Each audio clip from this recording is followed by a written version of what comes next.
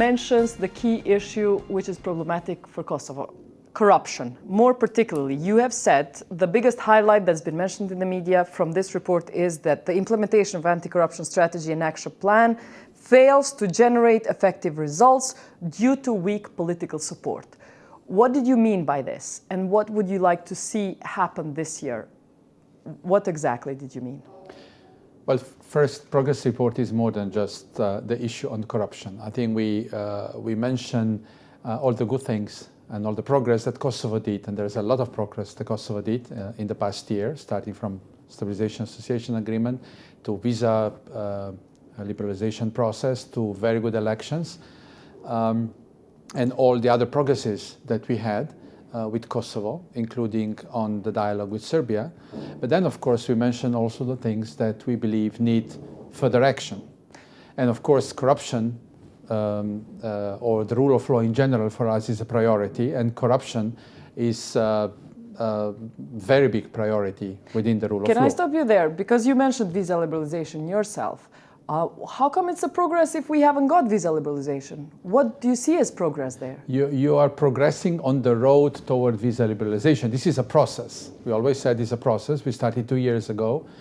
We presented the second report in July, where we said, recognize everything that was done, and we said this is the remaining things that Kosovo needs to do. And what are the remaining things? We put few recommendations. Some of them need to go to the assembly. Most of them are part of the government, mostly related again to the rule of law and functioning judiciary and justice system, fight against corruption, and also lowering the number of Kosovars that are asking for asylum and emigrate outside.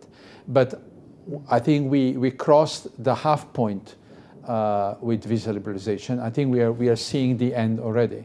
Half point? Only half point? No, we crossed the half point. We don't want to talk about the dates, but I believe that we are looking hopefully toward the last report that we will present. So some cynics would say it took us 14 years since the end of war to come halfway, another 14 to get to visa liberalization. No, I think we are in the visa liberalization process 2 years. And I said that we are beyond half point. So I think we are much closer to the visa liberalization process. And Kosovo did a lot of work on that. On the corruption, which is an important issue.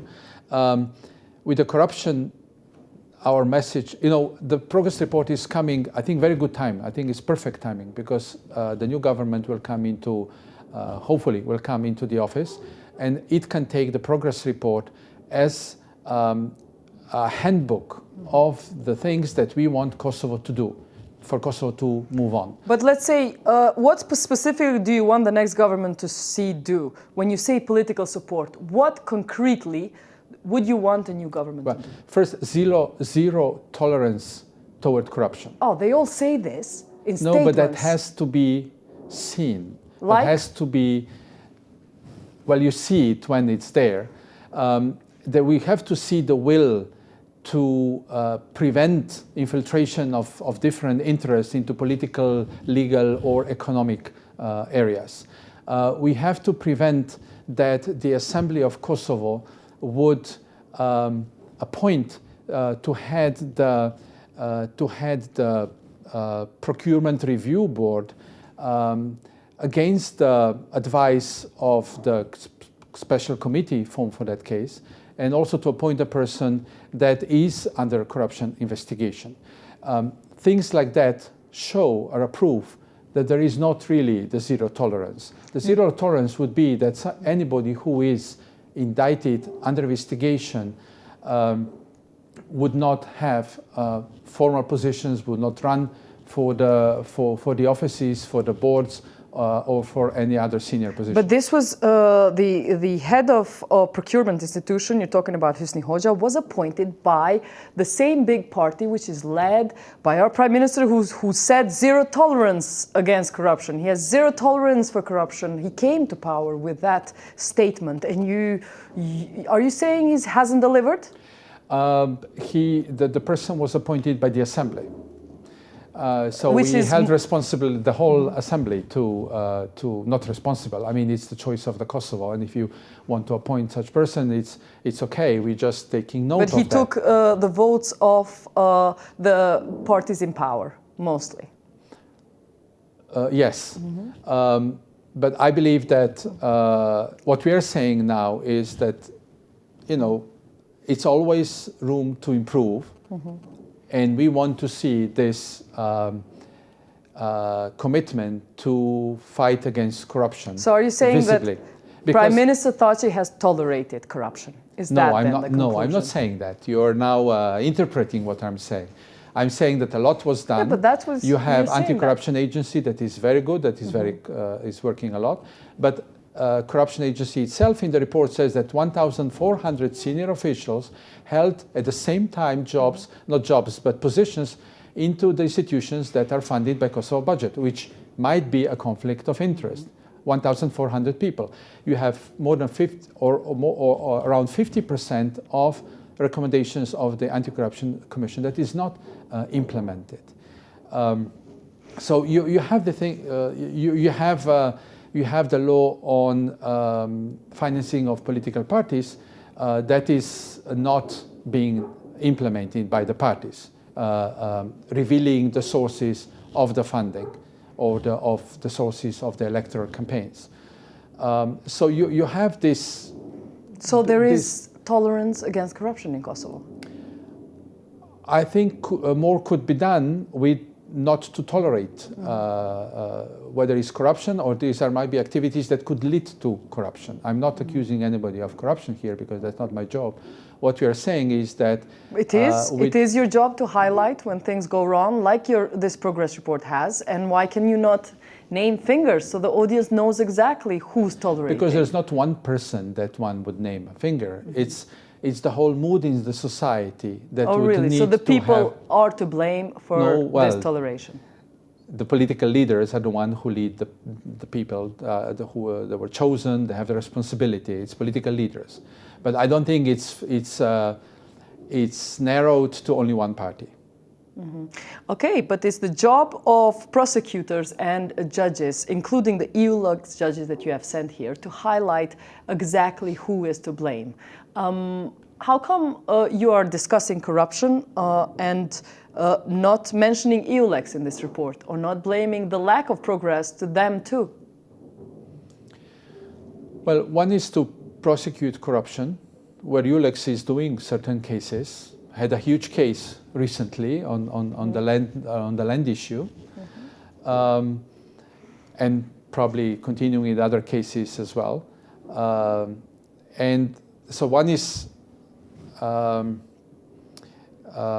working on the cases. The other one is creating the atmosphere in the society where the corruption will not be tolerated, right? And on the other hand, what you say in the report, it mentions the improvement of legislative fight against corruption, crime, and investigative capacity of the police says is good. But at the same time, you mention cooperation with EULEX having intensified and is very good. But on the other hand, in the same report, you say there's lack of expertise among prosecutors and judges in specialist areas such as financial crime and procurement fraud. Why isn't EULEX supplying the expertise on these fields? I think it is. I think EULEX is still there to monitor and advise and help, and it's still ready to help with the technical assistance. We are also moving.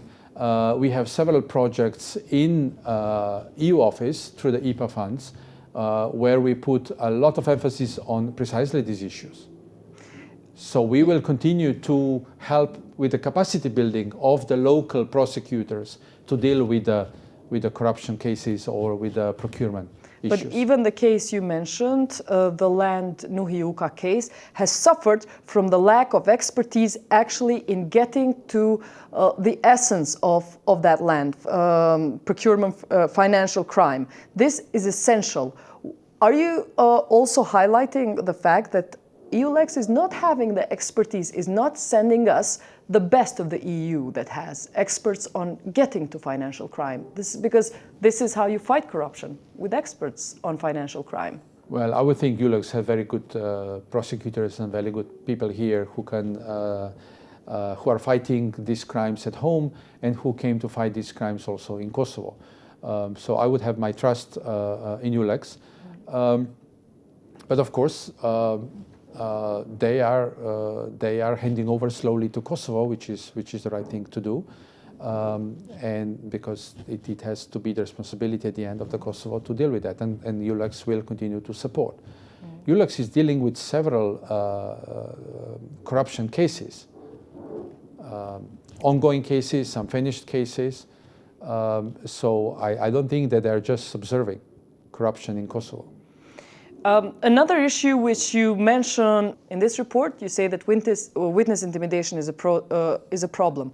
Now, can you name any witness intimidators that have been prosecuted or jailed so far by EULEX? If this continues to haunt Kosovo, why can't we get to some people who are going after our witnesses through the EU mission?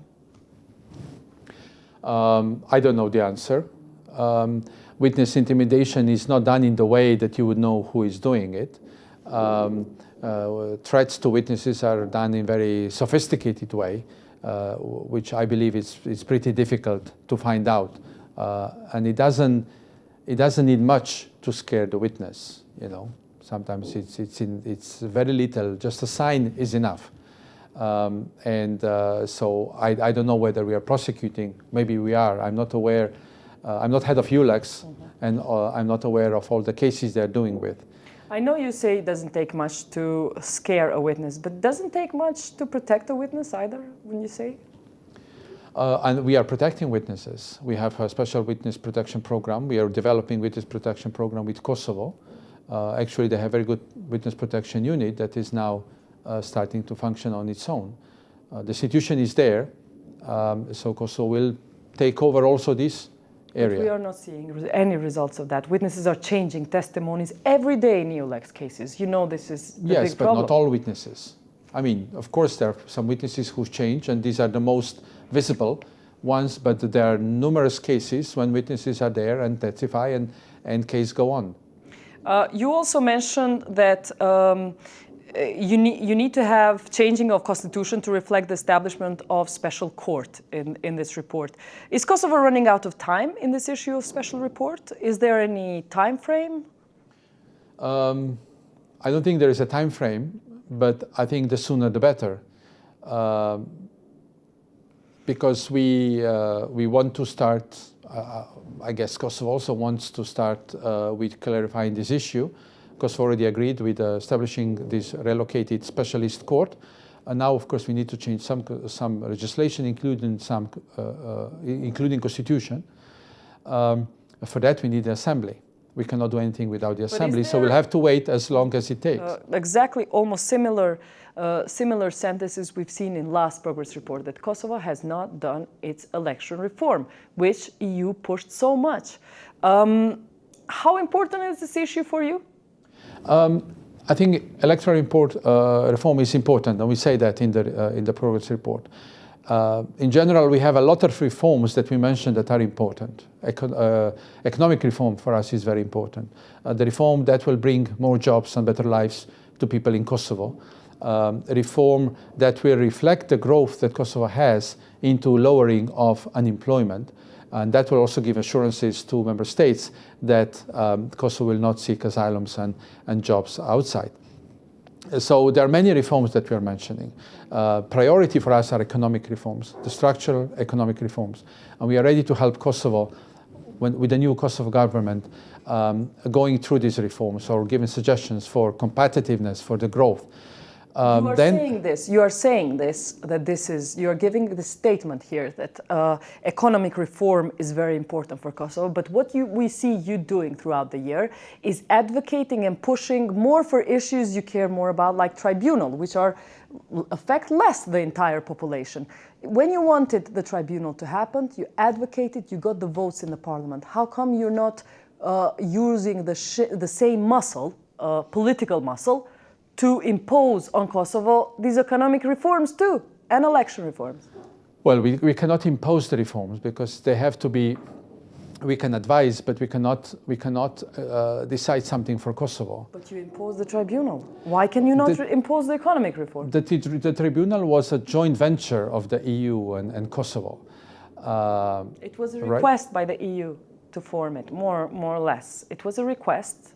It was our suggestion that this is the best way how the Marti report can be treated and removed from the table. Why do you not suggest about economic reform that this is the best way to take your population out of poverty? Why can you not have those suggestions? I think we are entering those waters. I think last year we started the progress report. We started mentioning the economic governance and the need for the better economic governance. And we will follow up now with these economic reforms, especially programs that will need to be done. And so we are entering these waters, if you want. But this is the key, the key reforms that we are proposing also in the report. Then is public administration reform and electoral reform. Coming back to your question. But these sound like statements from every year, Mr. Zhbogar, from EU, like we've heard this so many times and it hasn't happened. But you didn't do electoral reform. We were pushing it. I remember since I arrived, I was pushing for the electoral reform also publicly. Then, of course, what end of supervised independence, and then people were saying, oh, please, now we have to focus on end of supervised independence, don't push on the reform. So we waited, that was in 2012. Then, of course, we started the dialogue. So that was a big political commitment, and it took a lot of air.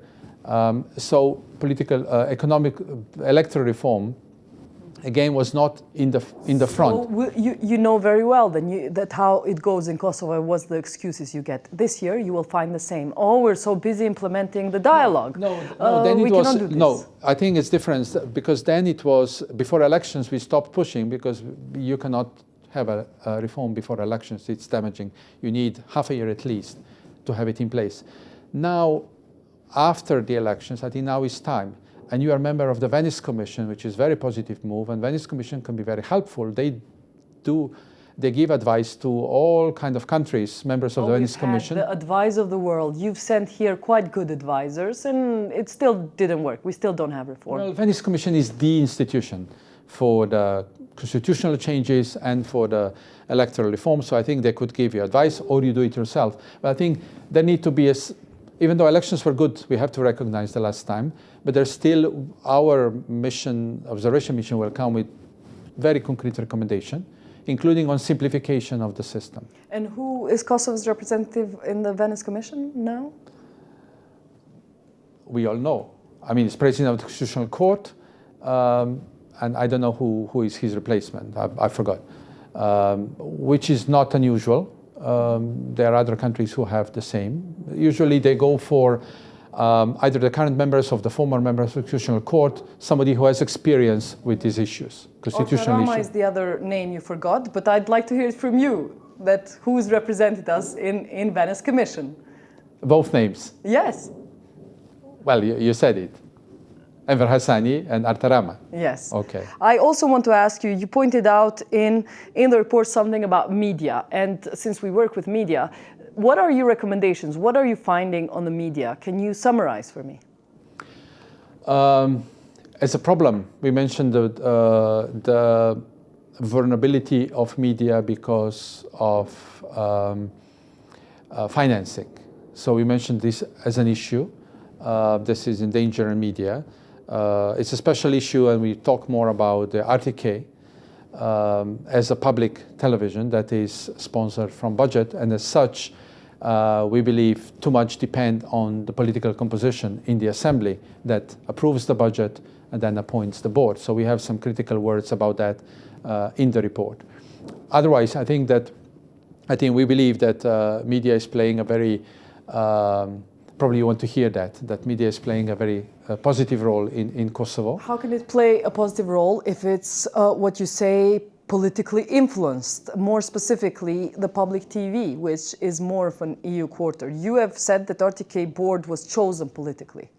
Yes, the media is not first on this issue. Yes, a board was chosen politically because it's chosen by the assembly, and of course, assembly, as in other boards, always has a chance or a temptation. Do they go for the best candidates, or they go for the candidates who are politically affiliated? I think we have to appeal to the new assembly, to the new president, to the new caucus leaders, that they should look beyond the political affiliations and go for professional people. We tried with IMC to a certain degree Are you with saying success. professional people are becoming candidates, but they never get the votes? Yes. In the parliament? It happened in the past. And I think that we have a lot of experiences now with different boards in Kosovo where we see that it doesn't work if you have political appointees. Mr. Zhbogar, thank you very much for being in Jeta in Kosovo. Thank you.